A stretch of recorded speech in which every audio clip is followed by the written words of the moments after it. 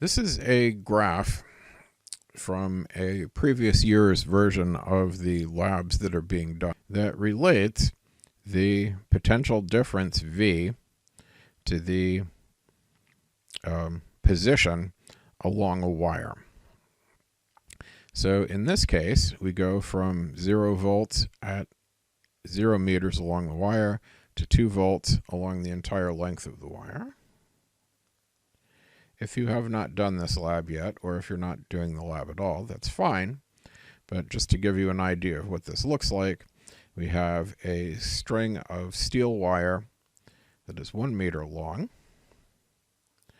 connected to a wall-powered direct current voltage source. Not that that matters.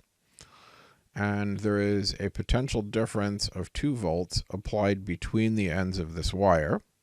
And then internal to the wire,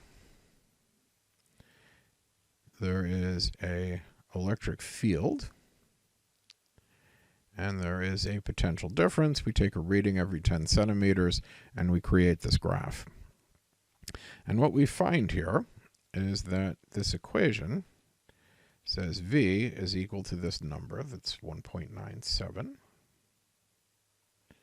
times the position along the wire. So this is going to be in volts per meter times the position. So this is the rate that the potential changes with respect to position.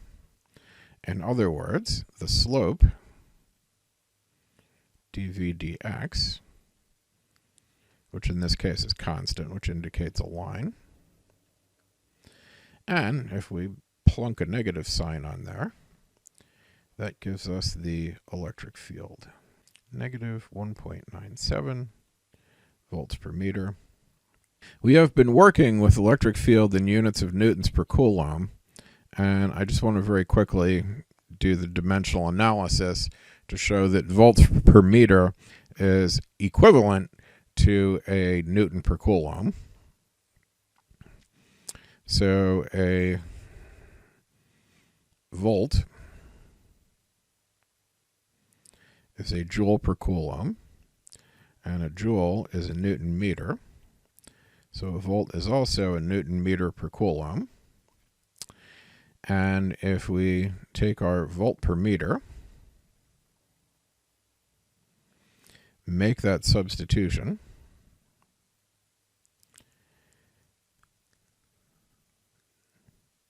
Newton meter per coulomb, sorry. Make that substitution in the numerator here, Newton meter per coulomb divided by a meter. The meters cancel and leave us with a Newton per coulomb. So a volt per meter is identically equivalent to a Newton per coulomb, and we can use either as a unit for E. Okay, so what that means is that internal to our wire, we have created an electric field which points out of positive and into negative. So in the apparatus that we used in lab, that would be pointing towards the lower numbers, the lower position numbers. Okay. Delta V, delta X.